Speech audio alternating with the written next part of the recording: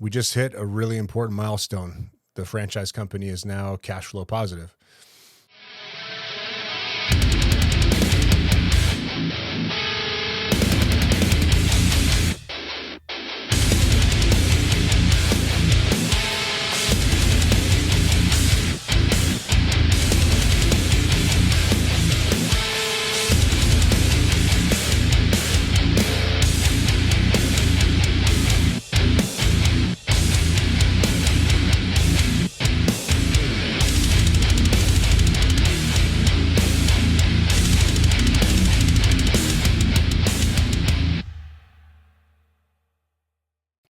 So I wanted to share this with you guys. It's been 4 years since we announced this thing at StrengthCon. It was April of 2018. I got up in front of the community. It was the first and only StrengthCon where it wasn't just coaches, but also people from the forum that came to Wichita Falls. Packed room, and I was actually over at the gym at the Wichita Falls Athletic Club because I had signed up to coach some people that opted in for coaching during that event. And at the back of my mind, I was thinking, Rip and I talked about this franchise thing, and he's into it. Nick's into it. Steph likes the idea. And I wonder if he's going to want me to announce it at StrengthCon. So I actually had a few talking points in my head about what I would say if Rip just surprised me with like, oh, hey, and Ray Gillenwater is here to tell you about the franchise idea. And that's exactly what he did. Totally put me on the spot. So he called me, and I'm sitting over there getting ready to coach. And then I get the call, and then I get up to leave, and Pete Trupos is like, and we didn't know each other well at the time, by the way. He's like, where are you going? It's like, oh, Rip needs me. I got to run. Sorry, man. He's like, fuck. He had to scramble and figure out a way to replace me. So I head over to the forum over in Wichita Falls, and I stand up in front of the group, and I pitch them on this idea. And to me, it's blindingly obvious.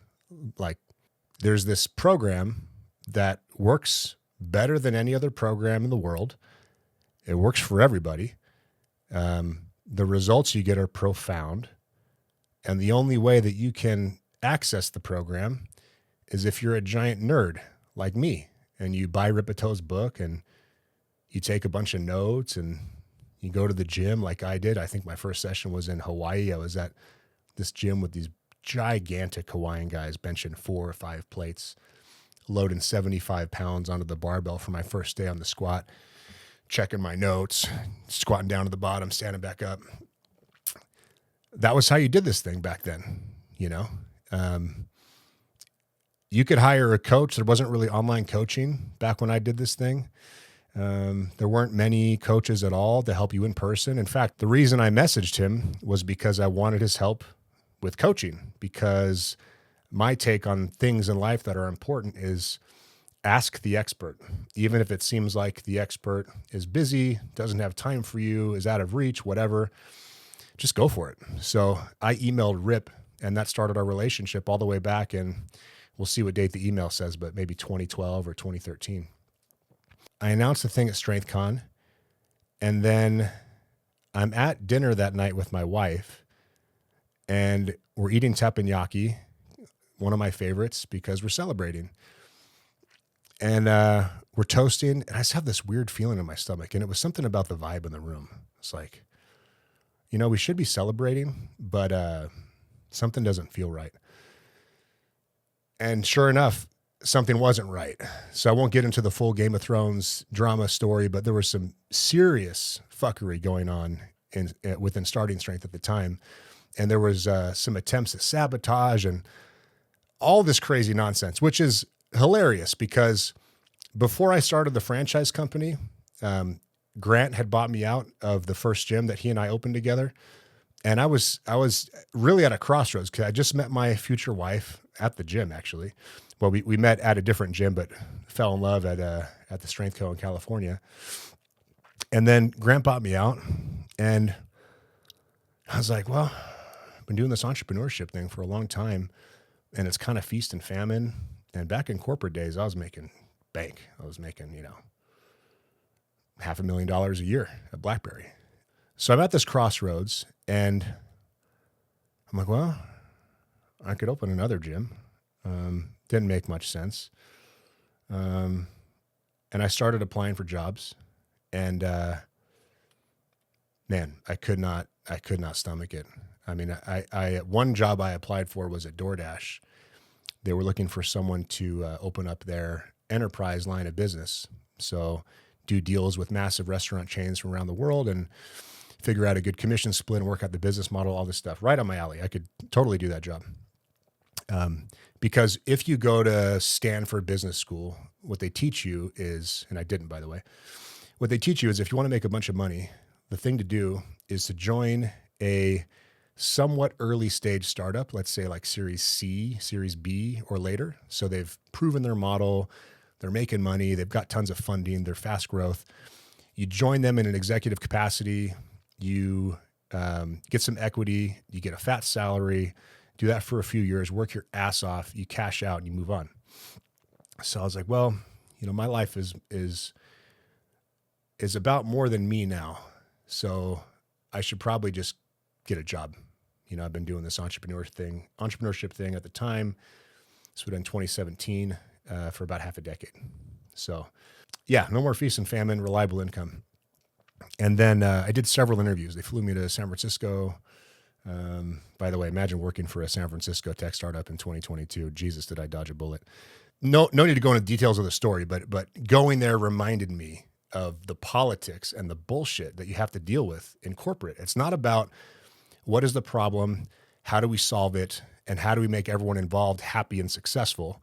It's about posturing and politics and bullshit. So I'm allergic to that stuff. I want nothing to do with it. I was at risk of being fired in my previous corporate jobs, probably on a daily basis. And it was the thing that made me successful, because when the most senior executives at the company asked me a question, I would tell them my most blunt, brutally honest answer, whether or not they were prepared to hear it.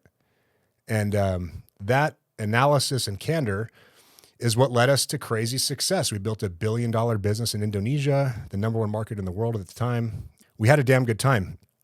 So the corporate thing was sweet, and I had that figured out, right? Because I achieved pretty high status in my career by age 26. I was the youngest executive in company history, running Australia, New Zealand for them, and that was after growing Southeast Asia, Philippines, Indonesia. Here I am joining a strength training company, and the first thing I'm greeted with is a whole bunch of politics. And it was really demoralizing and disappointing.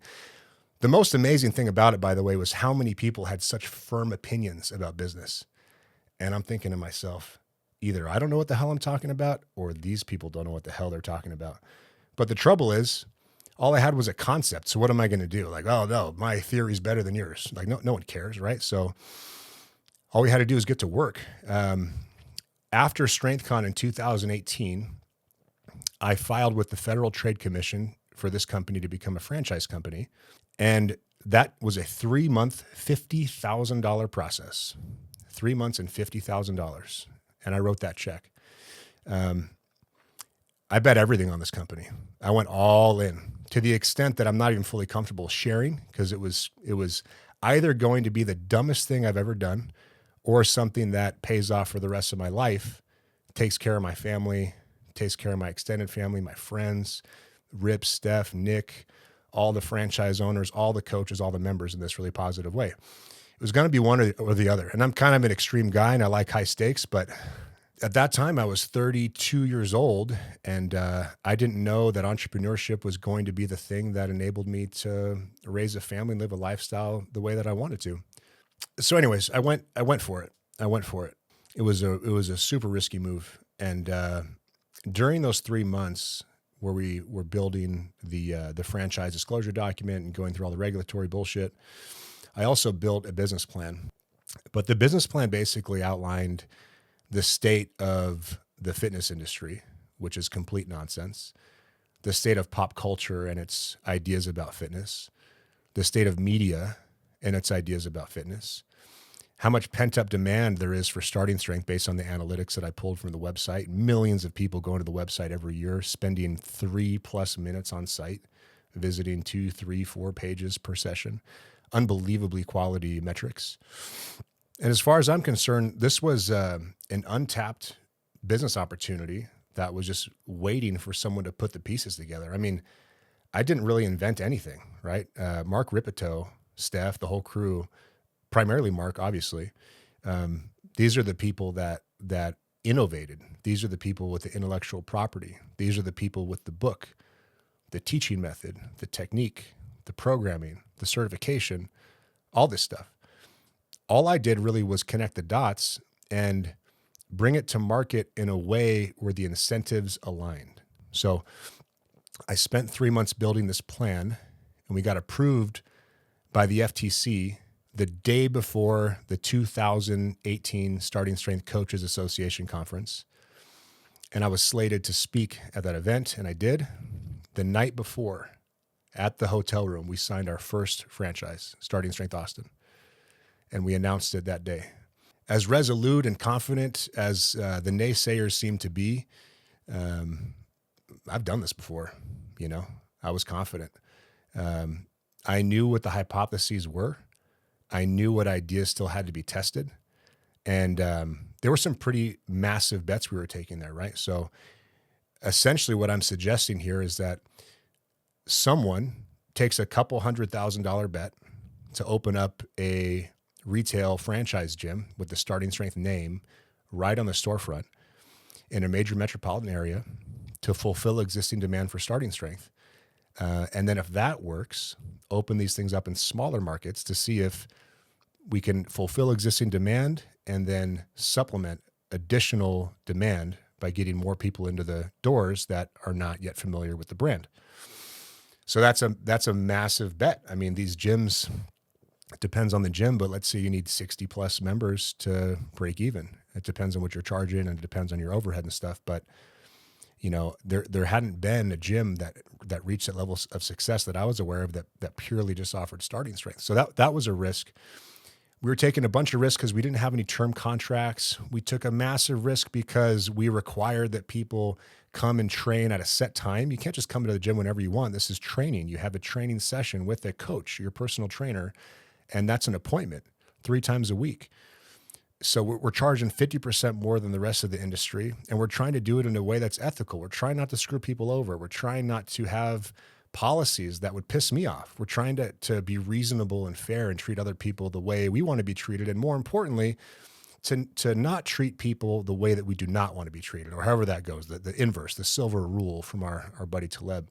So we went for it, and the first gym, Starting Strength Austin, was just a myriad of problems, as you'd imagine. And the politics of Starting Strength are still going on. And all that shit's in the past now, which is great because I won't even get into how stressful it was to deal with that nonsense. I mean, starting a company is stressful enough, right?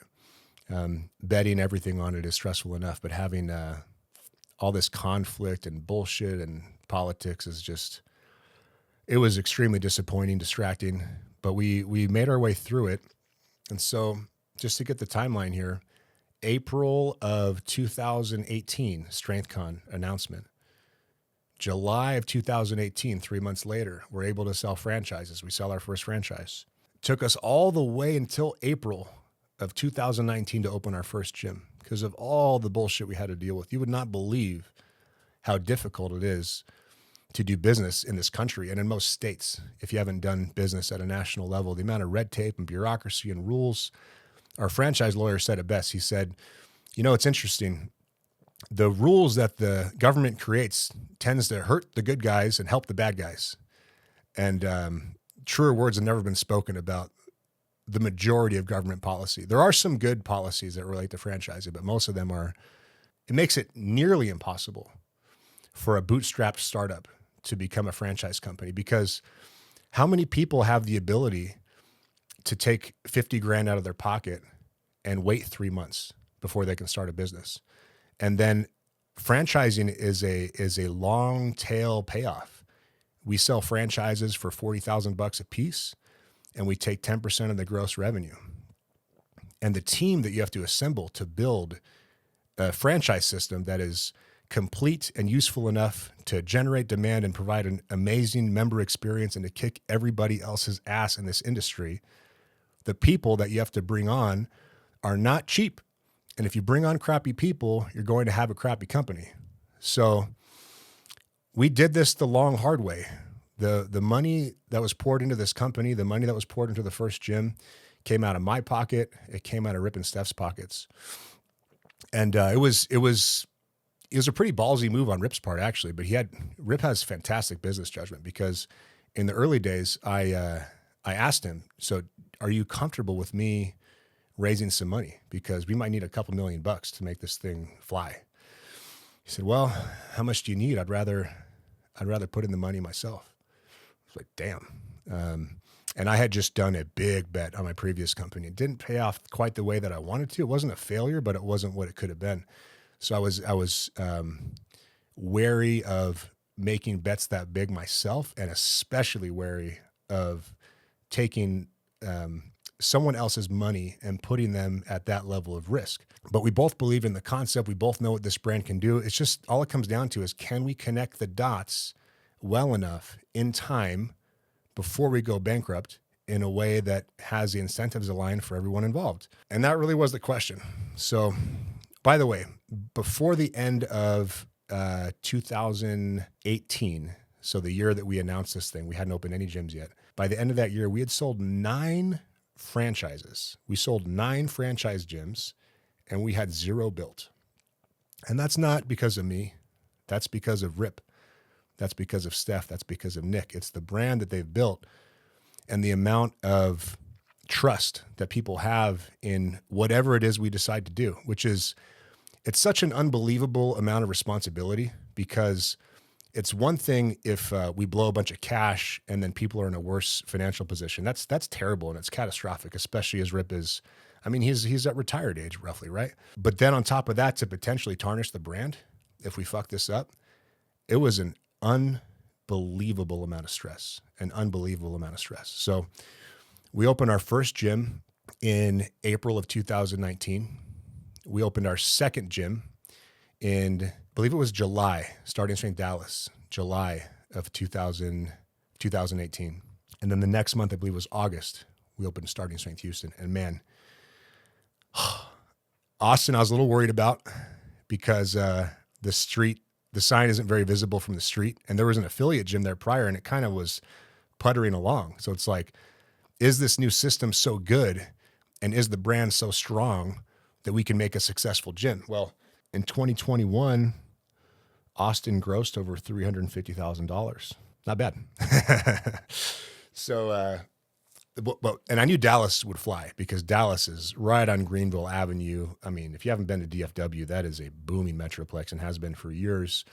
And this storefront sign was visible. It was next to Starbucks. It was the dream. It was the exact vision. It was the exact model. I knew that gym would crush it. And that thing had so many problems, from construction to marketing. And it was, Brent, thank you for your patience. Brent has since signed up to open 20 gyms. He's already bought 5 and opened 3 with his partner and my friend Andrew Mueller. So I think it paid off. Dallas did $400,000 in revenue in 2021. By the way, if I talk about revenue, I have to post all the gym's performance. So I'm not cherry picking the data and trying to, basically being a politician. That is one good rule by the FTC, by the way. So I will put this document up on the screen so you can take a look at how all the gyms are doing. And they're in order of when they opened. But Houston worried me a little bit. Because Houston, based on their the amount of overhead they had, because they hired some of the most senior coaches in the system. I mean, JD Shipley hired Josh and Shelly Wells and Chase Lindley. So that's 3 starting strength coaches. And Chase may not have been an SSC when he started with them, but in any case, JD had a lot of overhead. And his rent was almost double what I had in mind initially. It was like $7,000 a month. But fantastic location. Inside the loop in Houston, extremely visible. It was exactly what we had in mind. So, man, we're all betting big. We're rolling the dice. And Houston is our number 1 performing gym. Houston cleared nearly $500,000 last year. They did $485,000. They're our first gym to clear over $1 million since opening. And Dallas is right there behind him. Dallas is like $30,000 away from $1 million. It's pretty amazing. It's pretty amazing to be sitting here right now and telling everyone about this, because if you are building something new and you've got a bunch of unproven things that you're trying to prove, and you've got a bunch of money on the line and reputation and all kinds of stuff, and if you don't see the risk in front of you, all that means is you haven't been an entrepreneur for very long, because entrepreneurship will kick you in the teeth. It is ultimate capitalism minus the government nonsense that prevents you from doing things. And we'll get into that shortly, by the way. But it is, you either solve problems for people in a way where they will pay you for it, or you don't. And if you do, you have to do it at scale, repeatably, and reliably for the business to work. And if everything doesn't work out, you fail. And if you fail, you got to start over.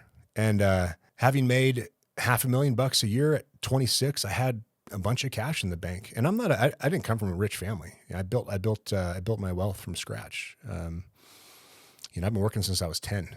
So this isn't some silver spoon story, but the stakes were crazy high, and they were about to get even higher. So 2018, we announced this thing. 2019, we opened 3 gyms. First month of 2020, Starting Strength Denver. Keep these dates in mind. First month of 2020, brand new gym franchise, brand new entrance into the fitness industry. January 2020. What happened next? Well, shit. 2 months after Denver opened, the whole world shut down. Politicians lost their mind. They behaved like neurotic mothers that were unable to make distinctions, and they decided that a disease that kills people that are unfit and unhealthy should be mitigated by preventing people from going to the gym to become more fit and more healthy. Only the government has that kind of logic. I mean, it was just pure brilliance. So we shut down all 4 of our gyms for 2 months. So keeping in mind we're bootstrapped, and keeping in mind that with the exception of Andrew Mueller and Brent, who have a bottomless pit of money, thanks to Andrew's brilliant entrepreneurship himself, these are just normal people opening gyms, betting it all, wishing for the best. And I take that very seriously. It was scary. I didn't know. No one had any idea what the future held. No one had any idea how long the lockdowns would be. No one had any idea how loyal the members would be. We didn't know if the gyms would be solvent. We didn't know if the franchise company would be solvent. That was an unbelievably dark period in my life. Probably the most difficult. Luckily, stress recovery adaptation applies to the psyche as well. And my wife's pregnant right now, and I know I'm about to face some serious stresses, which, by the way, what kind of news is that, right? That the gym company is cash flow positive right around the time I find out my wife is pregnant. Life is ups and downs. Right now we're on the up, so enjoy it while it's here. So I'm thinking about all kinds of stuff. I even had a prototype created in CAD for a home gym platform with auto leveling feet. Not auto leveling, but feet that you could level yourself, so you could put it in a garage and have a level platform. We were thinking of any ways to diversify, to change our strategy, to try to change things to meet the new situation. And all we could do is kind of hope that things worked out. So May came around, and I released an article on startingstrength.com titled "We Will Not Comply." I welcome you to read that, because it is an important document that outlines the way we think. And the way we think is as follows. We do not belong to anyone. We are not subjects. We are citizens of a free nation, and we will not be told that we cannot live our lives and make a living. It's as simple as that. So we send that document to every new franchise owner, every prospective franchise owner, to make sure they're philosophically aligned. And if they're not, they cannot buy a franchise. It's a 10-year commitment. It may as well be a marriage.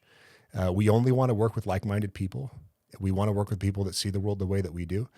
We want to work with people that have our best interests in mind and know that we have theirs in mind, and we will have each other's backs no matter what happens, and we'll do our very best. We don't want soft people that are going to roll over on their bellies and say, "Yes, government, please tell me what I can and can't do." That is not what we're all about.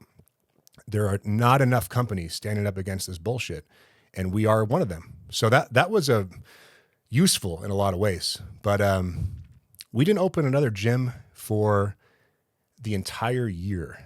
We didn't, a brand new company burning 5 figures a month didn't open a new gym for a year.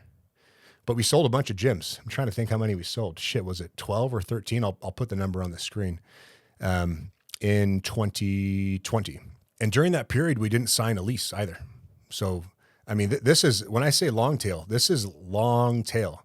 We have to register with the FTC, become a franchise company, find someone that wants to open a franchise and take the risk, wait 9, 12 months for them to open a franchise, including finding a location, signing a lease. So the lease signing might be a 6-month process. We signed 0 leases. So in other words, if we don't have leases signed, we're not opening gyms for half a year plus.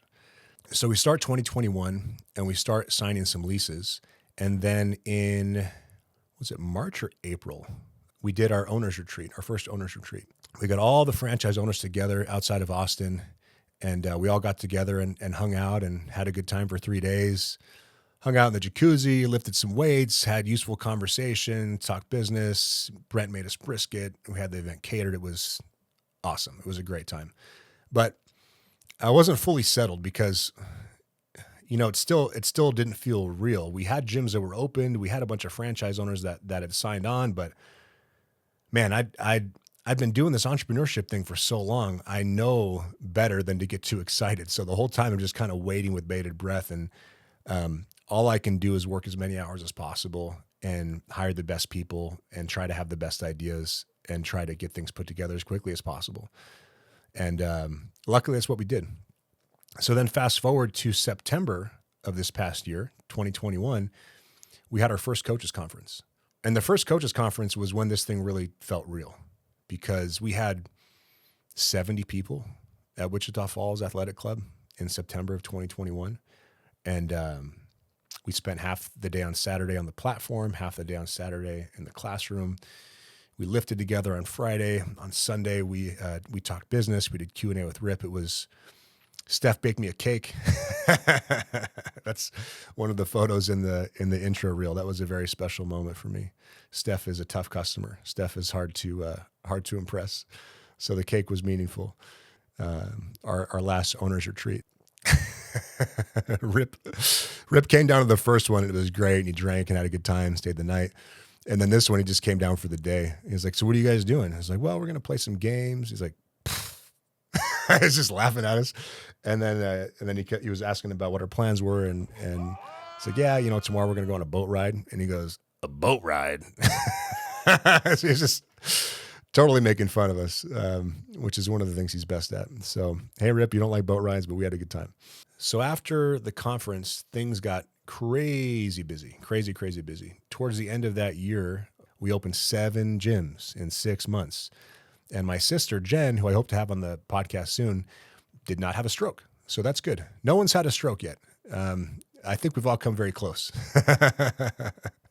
But I mean, we all knew the payoff would be big, right? Because what are we all here for? What's this all about? What are we doing? Do I want to go to work and do stuff I don't care about and not help other people and not inspire and not improve and not always strive to get better? Earlier in my career, I remember sitting on top of a rooftop of a hotel at a bar, meeting some people overlooking the Marina Bay in Singapore. And I was talking to a guy there and just making small talk. What do you do? And I was curious. I love work. I want to talk about what I do. Work is my life. And he's like, I don't really care. I don't want to talk about it. I was like, huh? And I knew he made money. You got to make money to be an expat in Singapore. He's nice clothes. And he's like, well, I was like, that's an interesting answer. What do you mean? He's like, I work for IBM. I'm a mercenary. I don't care. I get paid. I go home. I was like, man, is that depressing. That will never be me. I don't want that to be me. So that's one of the things that motivates me is I want to do work that I care about. I want to work with people that I like. I want to work for a company or own or build a company that has policies that make sense, where it's not do this because that's the way it's supposed to be done, but do this because this is the best thinking to date. But if you have better thinking, let us know and we can revise. This is why iteration is one of our values. And if we could help people at the same time and hopefully someday make money, fantastic. But the risk to take to achieve that without any external forces, and this is why Rip is such a sharp guy in business. He knew not to expose us to the claws of the venture capitalists or the private equity firms, because I was ready to go raise some money and make this thing easy. I would have, this definitely took years off my life. I mean, I'm trying not to exaggerate, but this was a seriously stressful endeavor, but it was the right way to approach this thing. Ripito was right. So we did this thing on our own. We did it bootstrapped. I didn't make a dime. I made negative $50,000 or something for the first 3 years, maybe 2.5 years. And then for a while there, I was making $2,000 a month, supplementing my income with online coaching and trying not to drain my bank account. So 4 years into this thing, 3 years post opening our first gym, we're cash flow positive. And it was getting to the point, before I had this finance meeting last week, it was getting to the point where I was legitimately thinking, I might need to take out a personal loan. And I've never been in personal debt before. So it's weird how life works out sometimes, but we did this thing the right way. So here we are. We have 16 gyms open by the time you see this. Tulsa might be open. That's our 17th. We survived COVID. We survived government rules. We survived near bankruptcy. We survived entrepreneurship and the uncertainty of having to come up with new ideas and test them in the market and see if they actually work, and to try to do things in a way that aligns with our values. And along the way, we've created now nearly 100 jobs, and we've only just gotten started. And we've generated over $10 million in economic activity. So when I say long tail, again, I mean long tail, because the shareholders of this company aren't going to make any money for, half a decade, any real money. And if you're talking about, we'll see how fast we grow and things, but as far as paying back investment capital, it's going to take some time. I don't care. It's fine. We're in this for the long haul. I believe that Starting Strength will be the Kleenex of strength training. I think we're going to build this brand to an extent to where Starting Strength will be synonymous with strength training. I'm confident about this because Rip and Steph have built such a phenomenal product and gotten so much organic traffic and attention just because it's so good. There was no slick marketing campaign to grow this brand to what it's become. They get something like 35 million impressions online every year. Well, guess what? Our storefront signs get 30,000 impressions per day. So if you map that out over the course of a year and you times that by 100 gyms, when we have 100 gyms, we'll have 1 billion annual impressions per year in a country with a population of mid 300 millions, 1 billion impressions per year. So Starting Strength is going to be a massive brand. It's already the biggest brand in strength training. Some of you already know about the brand because of this YouTube channel. There's 233,000 subscribers and we get 1 million views a month at time of recording. Some of you know about the brand because of the website and the books. In the future, the vast majority of you will have heard about the brand because of our storefront sign. And by the way, we didn't invent this. We borrowed Orange Theory's model. They were very smart. Why do you know Orange Theory exists? Probably not because they served you an ad. Probably because there's one in your town and you drove by it and saw the sign. But you kind of had to ask yourself, what the hell is Orange Theory? And maybe that's part of their strategy. But our strategy is much simpler. There could not be a better name. Starting Strength. And these gyms are getting 10 to 15% of their business now, depending on the gym, just from people that are driving by. And because the name is so obviously clear as to what it is and what we do. And then once we get people in the gym and they see the quality of the coaching, that we actually have a model, that we actually know what we're doing, that we actually know how to get people moving in line with the model, that's enough to sell people right away. And that's not even demonstrating any results, just demonstrating competence in a safe, friendly environment, no mirrors, no commercial gym club music, and throwing weights around and being loud and ridiculous and grunting and wearing skimpy tank tops with your nipples showing and carrying around gallon jugs of water and wearing do-rags and all the nonsense shit you see at other gyms. And by the way, the funny thing is I actually didn't think that I'd be the one to do this thing, but it just so happened way back when Speak Up we missed a round of funding to Speak Up, my last company. And I was like, oh shit, so what do I do now? And I hit up Grant in Orange County and we opened a gym together. And the motivating factor actually for me was kind of like when your buddy opens a bar. It's like, this is not a good business. The motivating factor for me was I was sick of training at 24 Hour Fitness. I mean, it was like a public bathroom with gym equipment. I did not want to train there anymore, and I didn't have room to build my own gym. That was the main motivation. And then being an entrepreneur, I knew that, the chances of it going well and then me going on to do something bigger was really low, but at least it'd be a good time. At least you'd have somewhere to train, and hopefully it'll be a little asset that I'll throw up a couple grand a month. So it's interesting how far things have come and what's transpired since then. And it's kind of cool because the Strength Co. has expanded and is now, it's a great brand. It's now an equipment company, and I'm not involved anymore from an ownership perspective, but I am involved. They're our vendor, so they provide us with all of the plates for all the gyms.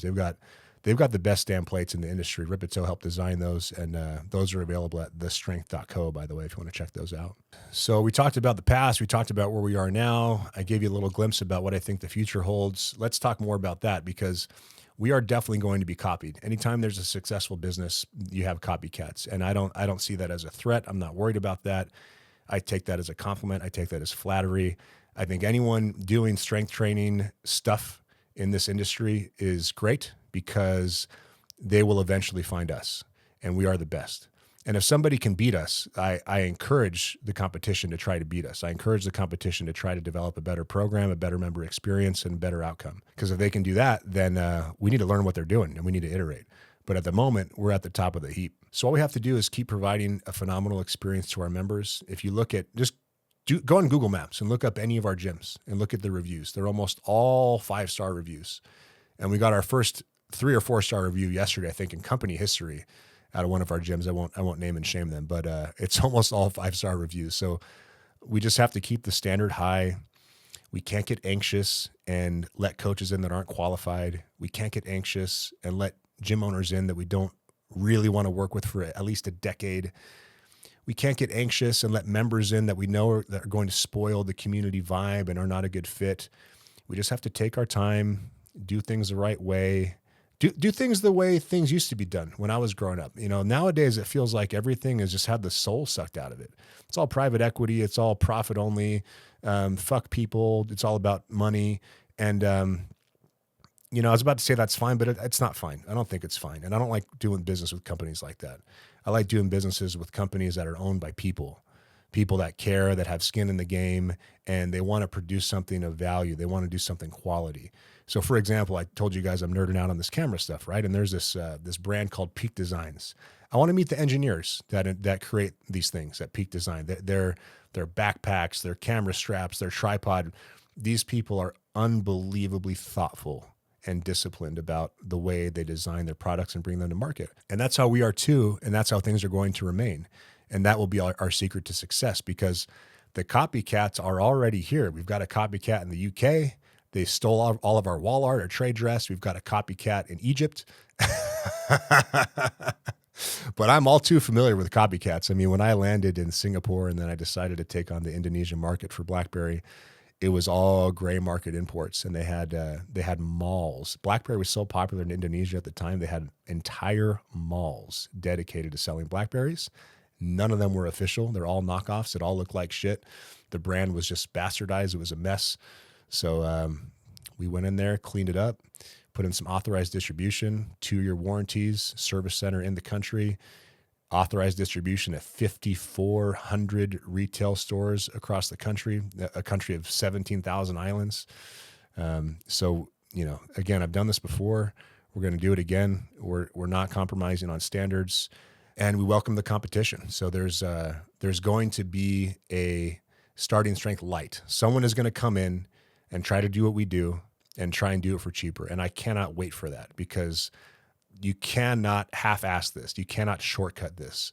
Our gyms charge $315 to $455 per month for membership. That's a lot of money. That is because each session costs anywhere from $24 to $35, depending on which price point you're paying. And it costs that much money because you're reserving a personal training appointment with a coach who is going to tell you exactly what to do and how to do it. And you will get an outcome if you listen to him. So is that expensive per month? Hell yeah, that's a lot of money. Is that expensive per session? No, it's the price of a spin class. And when you compare that to the value that you get, there's absolutely no comparison. So I welcome the competitors that are going to try and do this for cheaper, because it's just going to bring more attention to strength training. People are going to get annoyed at the lack of progress and the screwed up form and the crap coaching, and they'll come to us.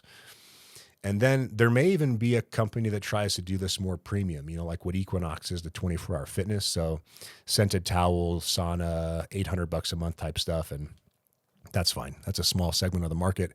And you guys might actually, have standards when it comes to coaching, but not standards like ours. I remember sitting at the Wichita Falls Athletic Club with Rip, and we were talking business and the concept and next steps. And he was absolutely fixated on one thing. And guess what that was? It was, what absolutely cannot happen is I can't visit one of these gyms and come in and see people squatting above parallel. Cannot happen ever. Everyone squats to depth.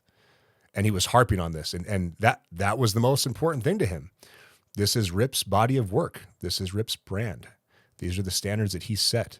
People say all the time when they come to our gyms, it's the blue book brought to life.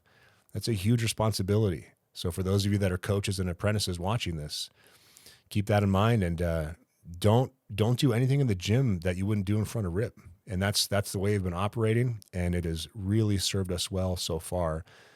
And it's been incredible to work with people that are artisans. It's been incredible to work with people that put the quality of their work and effort and just care into everything they do. So it's been refreshing in that sense. All the politics and nonsense and COVID and almost running out of money. I mean, shit, we were down to 3 months of runway or less on probably 4 occasions. And I bared that burden myself, because it's on me. It's on me to figure it out. And we moved the numbers around. We made things work. We hired, we fired, we pinched pennies, we maneuvered. And here we are. So it has been a hell of a 4 years. We're 3 years into the 5-year goal of 100 starting strength gyms in 5 years. I don't care if we hit the goal, as long as we're not going bankrupt. Anything could happen. We might still even hit the goal. I mean, the amount of people that are inquiring about franchises is massive. We're probably only approving, I don't know. It's got to be a lower pass rate than the SSC. It's got to be less than 10%. But if you are good, if you're great and you align with our values and you see this in your future and you want to be a franchise owner, let's talk. And I'm not the first guy to talk to anymore. I used to be the one selling these things myself, but I don't want to sell anything to anyone. And the first person that franchise prospects talk to now is Luke Schroeder. Luke is the owner of Starting Strength Cincinnati, and he has a successful new gym. And I want people to talk to a franchise owner to get a real world understanding of what it's like to own and operate one of these gyms from a guy that's done it before. I don't want people to talk to the guy that created the concept, but isn't, on the ground in the gym every day. I am as much as I can here in Boise, but it's not my gym. And I have obvious biases. So I think it's better if franchise prospects talk to a franchise owner as their first point of contact. So if that's you, get in touch. If you are a personal trainer, if you are wanting a career move, if you want to become a coach, you would not believe how many times during this whole thing I have envied the coaches, because we have coaches that make $80,000+ a year for a 30-ish hour a week job. And this isn't a job. You just show up. You show up and you just use your skills. It's fun. I enjoy coaching. And on the days where I'm wondering if I've just ruined my life and wasted everybody's money and tarnish the brand and we're going to be a catastrophic failure. On those days, I envied the coaches that are sitting in these gyms, rolling in at 4:45 and leaving in the evening after 3 sessions back to back, hanging out, having a good time, helping people get better, just showing up and going home. So the coaching jobs are phenomenal, but you have to be a real coach. If you're not a real coach, you got to become a real coach. We've got a pathway for you too. So you can start in our apprenticeship program at one of the gyms. You can join the coach prep course, and we will guide you through every step of the process. And if you don't have what it takes, you're going to know right away. But if you do have what it takes and you want to make this your career and you want to become a coach, we are looking for great people. We're always looking for great people, but just know we will not compromise on our standards. And then if you're watching this and you want to be a member at one of our gyms, or you want to get coached online from one of the coaches at one of our gyms, then just go to startingstrengthgyms.com and you'll know what to do from there. If we don't happen to have a location in your town yet, go to locations.ssgyms.com and punch in your zip code, and we will email you as soon as we have someone who wants to open a gym in that area. So I can now officially say that we've built a successful business, and we've built a successful business by enabling other people to build successful businesses. And those people that have built their successful businesses, the franchise locations, are successful themselves because they've hired high-quality coaches, put their gyms in the correct locations to our specs, and they focus entirely on a 5-star member experience. So making better progress that you can get anywhere else is just the baseline. When you walk into one of our gyms, it should feel like you're walking into a group of people that you belong with, that you belong to. It should feel like these are like-minded people that enjoy working hard, that don't mind doing things that take time and planning and effort, and are willing to wait for the long-term payoff. And we've done a really good job of doing that. I feel happy, proud, connected. I feel extremely grateful whenever I walk into one of our gyms, because the world is so fucked up right now, and people are dying for community, and the jobs that people have changed, and there's mask mandates and vaccine mandates and corporate woke nonsense where companies are just pretending to care about things because they think it's what people want to hear. And it's so disgusting. And we just don't participate in that shit. So it's 2022. I'm glad I didn't take that job at DoorDash. I'm glad we took a massive bet. And I'm glad that Mark Ripito has a gigantic set of balls and decided to bet big on me, on the concept, and on the team with his own cash and with his own reputation. So thank you for listening to my story, and I'll keep you guys updated. If you have questions, hit me down in the comments below. I'll check as often as I can, but if you really want to catch me, go to the Starting Strength forum, and I check that almost every day, so we can talk on the forum. Thank you.